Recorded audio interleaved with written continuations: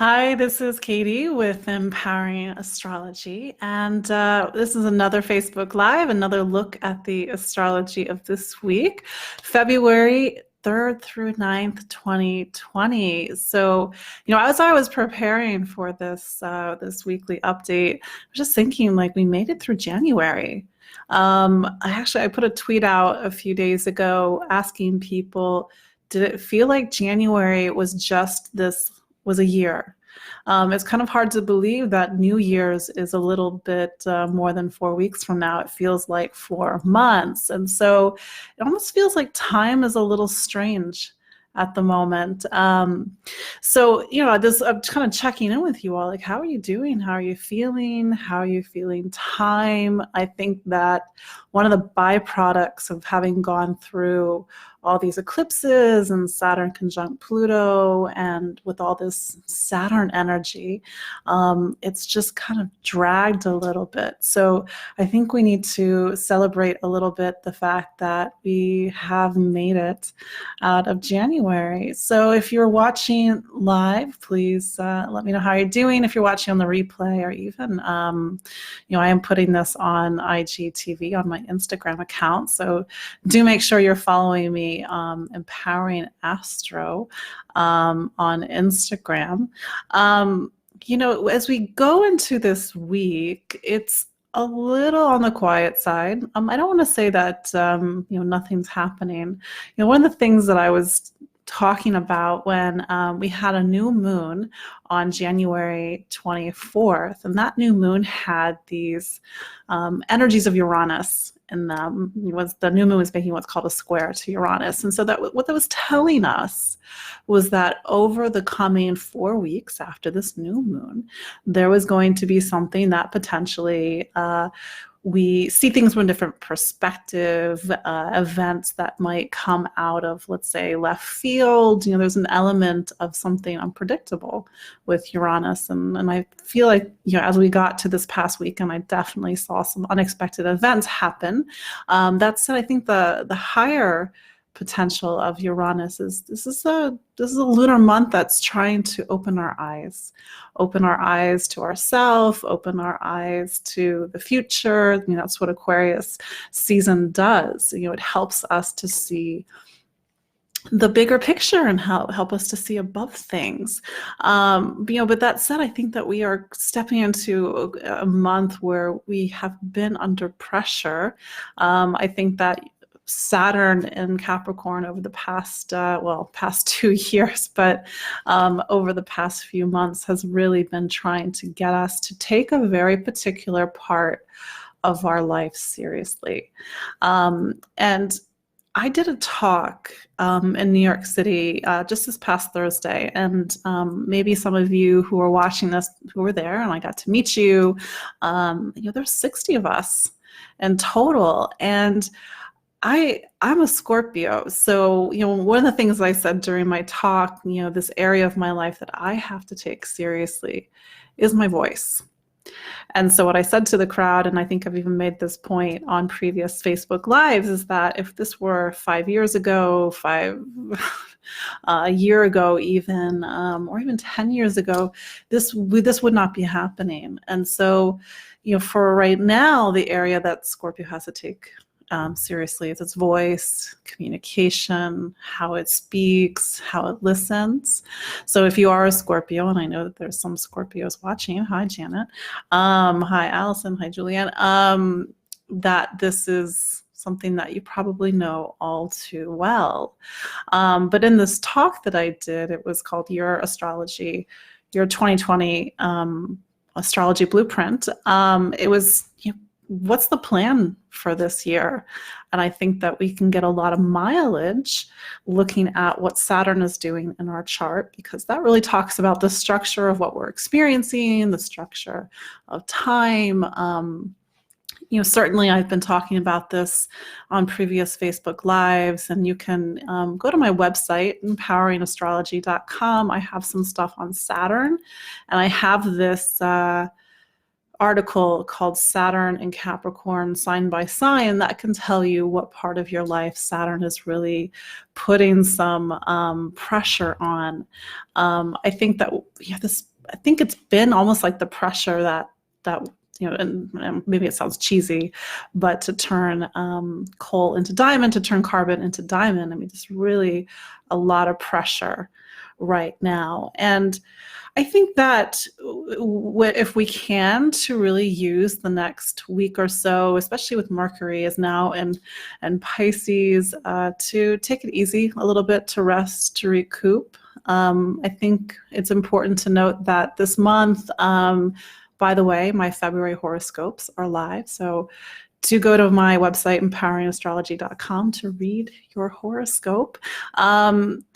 One of the points that I made was that starting February 16th, Mars is going to go into Capricorn. So I think that pressure, that need to take a particular part of our life seriously, to make choices accordingly, is going to heat up a little bit, especially as we go into March. But for those that are watching, I know that there are some familiar faces in the chat. But just to reintroduce myself, because it's all about voice for me.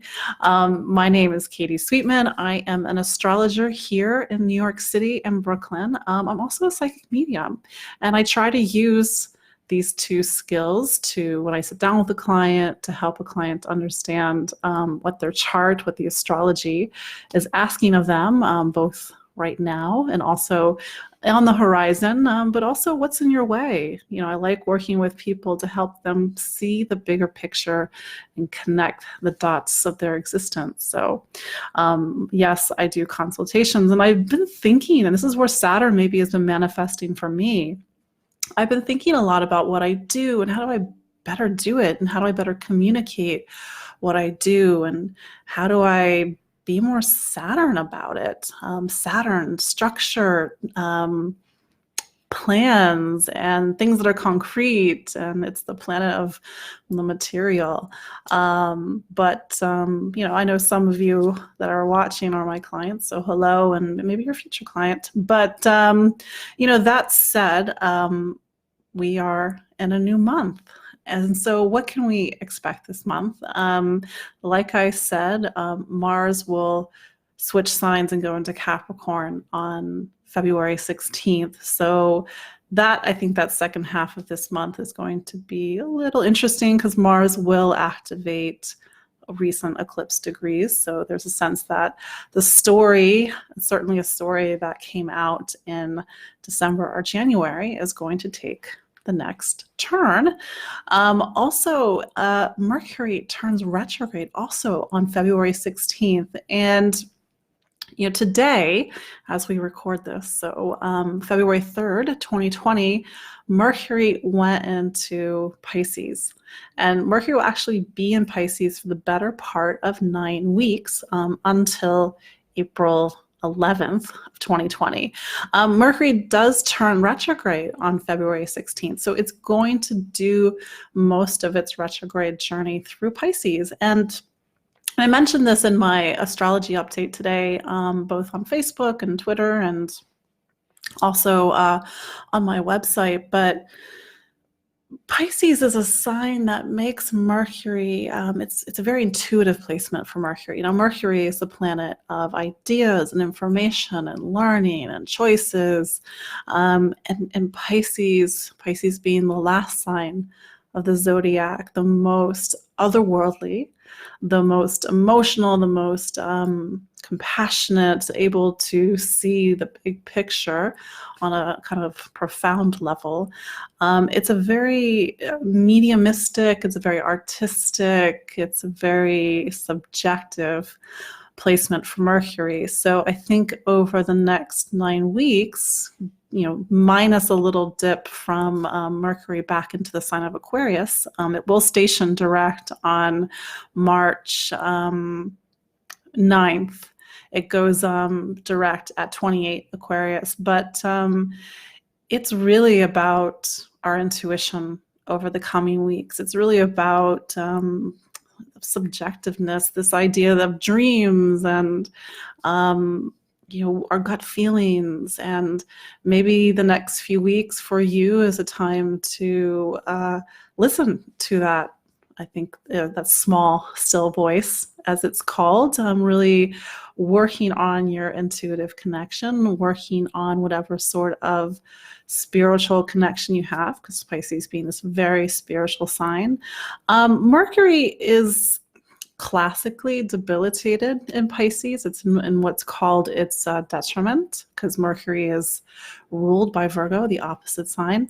So this just means that we have to be careful about confusion, misinformation, because Mercury is not exactly a straight shooter when it's in Pisces. So just word of caution over the coming weeks, especially when Mercury turns retrograde on the 16th of February. Just make sure you're double checking everything. If you've listened to previous videos of mine, if you've read my stuff, you know that I'm not really a Mercury retrograde freaker outer, because Mercury, just like all the planets except for the sun and the moon, it turns retrograde. Mercury is the most common to turn retrograde, and it spends about 3 to 4 weeks at a time retrograde. But the outer planets, so your Saturn, your Uranus, your Neptune, your Pluto, they spend 5 months out of the year retrograde. Jupiter too, don't want to forget Jupiter. This year, by the way, in 2020, we will have 2 big planetary retrogrades. Venus will turn retrograde in May to June. It will do so in Gemini, and then Mars will spend 6 months in Aries, which is a very long time for Mars to be in one sign, let alone Aries, the sign that it rules.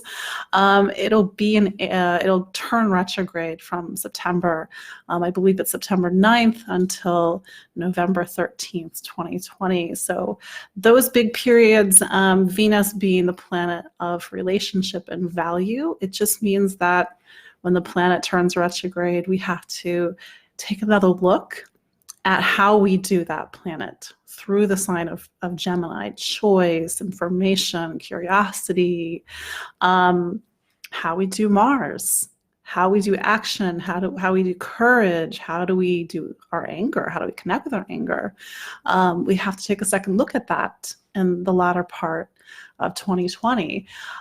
So Mercury, like I said, when it turns retrograde, we just have to take a second look at how we communicate, how we use our words, our ideas, our choices. And Mercury is going to be doing that for the second part of February into the first week of March. So we're just retracing our steps. And the way that I also explain retrogrades is that especially with Mercury retrograde, is life can't always go forward. It's like the tide. The tide's going to go in, the tide's going to go out. Mercury is going to go direct, Mercury is going to go retrograde. And that time when a planet pulls back, and in this case, Mercury, is a time to integrate, to reflect, to bring a deeper awareness with that planet. So this week, and I will even throw in, let's say, the past couple of days, so the weekend, so the beginning of February, we're going to return to this point in the sky. We're going to return to this point in the sky in the end of February into the beginning of March.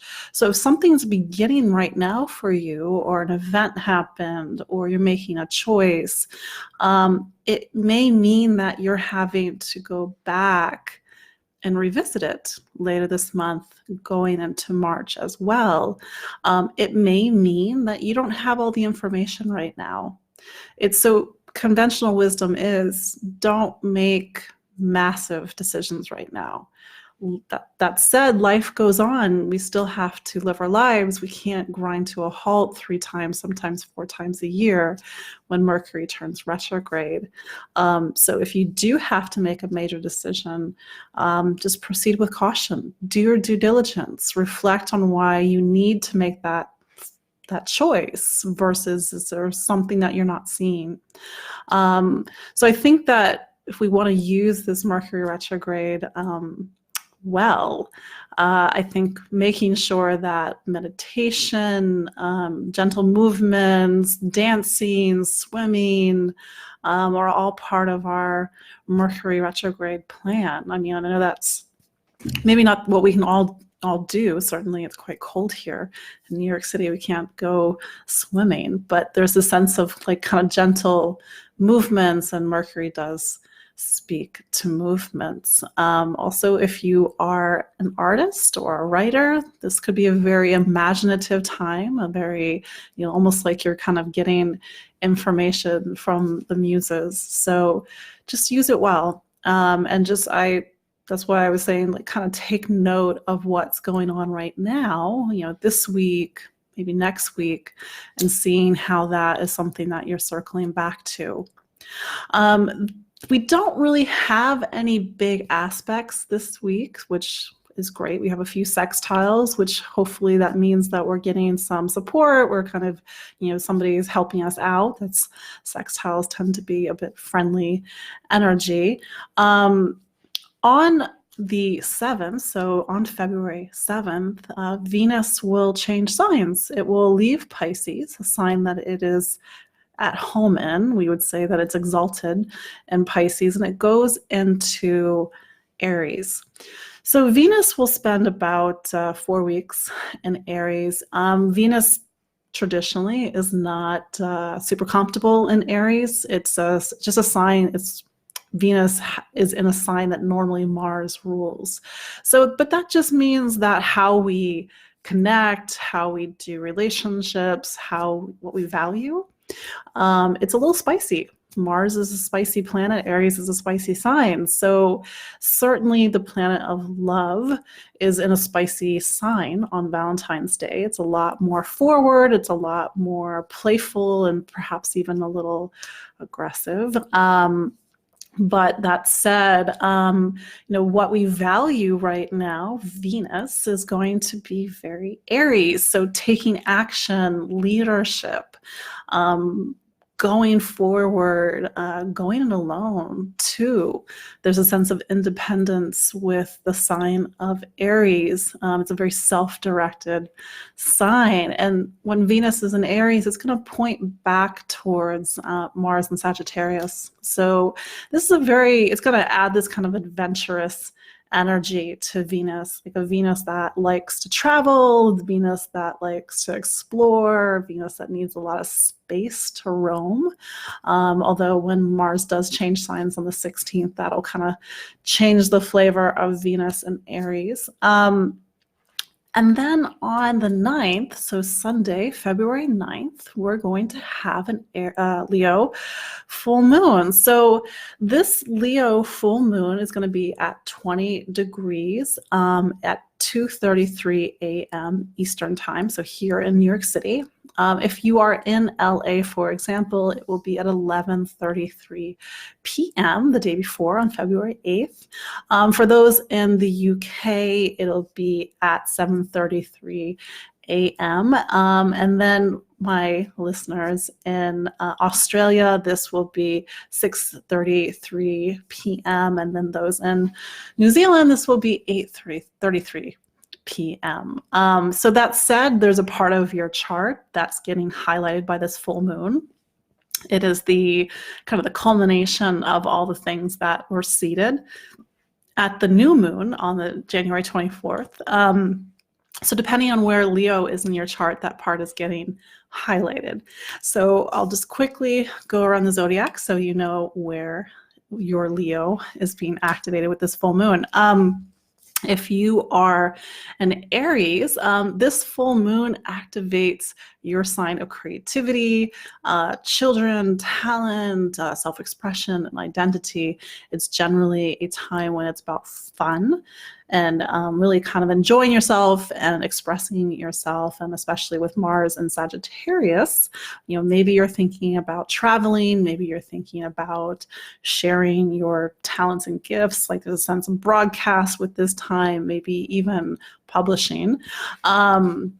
And then I will say that if, maybe this is a time when you're having to make a decision about children in general, just kind of putting that out there in case that's something that's relevant to you.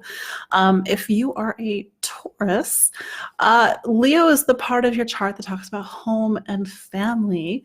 So you are maybe making a decision about where you live, where you want to live, something about your living situation, maybe making some changes in the home. That part of the chart also talks about roots and foundation. So really making sure you're getting your emotional needs met, and that let's say the foundation of your life is getting what it needs right now.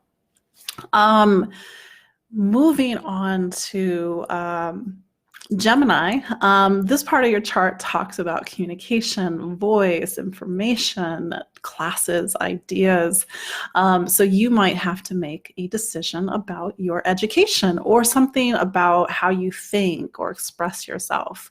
The fact that Leo is your, let's say, sign of communication, Gemini, it just shows that you have a talent to speak and you have a talent with your words and ideas, and maybe it's time to really share them. You also, Gemini, might hear some information. This is a full moon that might bring something like a piece of information in. And then there's this sense of maybe that information has something to do with relationships or a connection with somebody. Cancer. So this is the part of your chart that talks about money, how you make it, how you earn it, how you spend it, and the resources that you sort of need to accumulate in your life in order to feel safe and secure. So you may have to make a decision about money. Maybe you're hearing something about, your salary or, kind of pay. Maybe you are spending money on something in particular, especially having maybe something for the home. Maybe you're organizing, or maybe something having to do with work and projects. And then, because you're in a time right now, Cancer, where you are kind of doing the dance between like finance and resource and spending. So this kind of brings all of that to a head. But I think it's important, Cancer, to make sure that you are kind of getting your material needs met right now. Moving on to Leo. So if you are a Leo, this full moon puts you in the spotlight. It's not your birthday, but it is certainly your half birthday. So it's kind of like this mid-year check-in. Because you've got the sun in Cancer, which is your relationship sign, this time might also speak to relationships as well, connections, social connection, maybe even romantic partnerships. That said, Leo, this is a time to be seen. And I know that not every Leo, at least, is, let's say, a Leo that wants to be on the stage, but certainly this is a time for you to really be seen.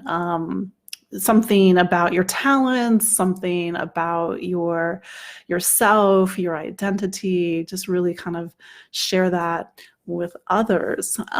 If you are a Virgo, this is the part of your chart that talks about spirituality and going behind the scenes and needing to, let's say, rest and recoup and maybe go deep within. It's interesting, like Leo is Virgo's 12th sign, 12th house. And I think this speaks often to how Virgos, they kind of put themselves behind the scenes. They put other people first. So I think this is a time when you're really, in a roundabout way, focusing on yourself. So you might need to really spend some time alone right now. It might need to be searching your soul. Pay attention to your intuition right now. Pay attention to your dreams. There might be something about this full moon that speaks to emotional need, home and family, your living situation.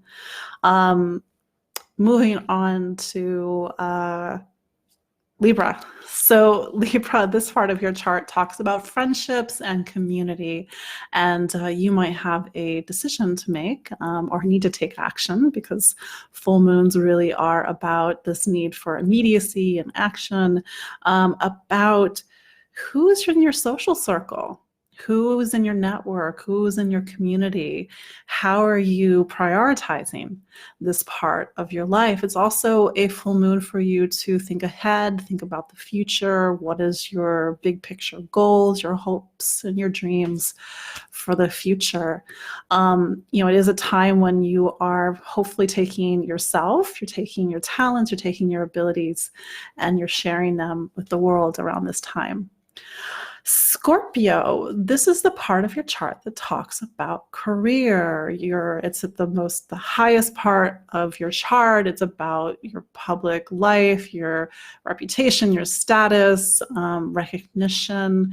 So it's a very public time for you, Scorpio. It's also a time with the full moon you might be making a decision about your career.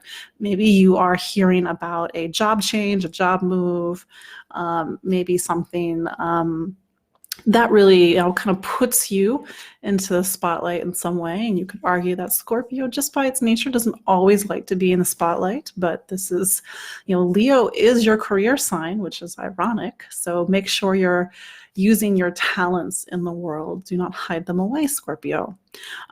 Sagittarius. So this is the part of your chart that talks about what you believe in, what's your faith, what's your truth, education, travel.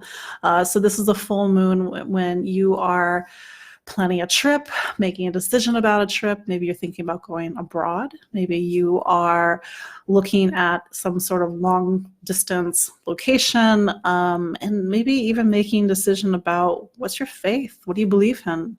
Sagittarius, you are by your nature a very philosophical sign. So this is a full moon to see the world, to kind of take in the world, to learn and to kind of even profess, which is something that you do quite well, Sagittarius.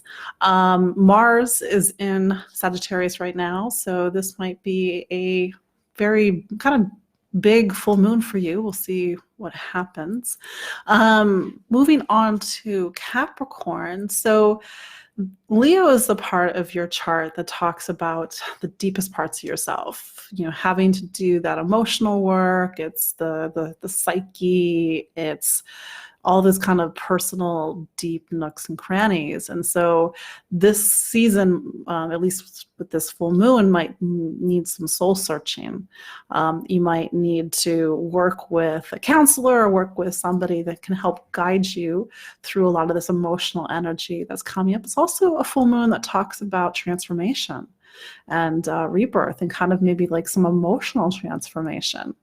Maybe you're feeling like you really are needing to and hopefully getting your emotional needs met right now. And since Leo is one of your money signs, Capricorn, this full moon might also talk about money and spending and finance and debt and kind of these goals for more financial security. Aquarius. So happy birthday, Aquarius. You've been in the spotlight, especially since January 24th with the Aquarius new moon. So it's a time of renewal. It's a time of new beginnings. So this full moon is in your relationship sign. So this is a natural time for you to be out in the world, for people to see you, to be socializing and connecting with other people. So don't spend your birthday alone, Aquarius. I know, Aquarius, that you're coming to the end of a, let's say, 2-year-ish long time in your life where you've been behind the scenes. You've been kind of shedding a lot of these things from the past and preparing for this new life that's going to start a little bit in the end of March. But nevertheless, make sure you are making connections with people during this full moon. And if you are not in a relationship and that's something that you do want, this is a natural full moon for you to reach out to people, get connected, meet somebody as well. Last but not least, Pisces. So Pisces, Leo is the part of your chart that talks about how you take care of your body, how you take care of your health, what you eat, your day-to-day life, your personal rituals and habits. It's work in projects too. So you might have a decision to make about your physical life, your body, your health, your wellness. So maybe you're needing to kind of take some action there.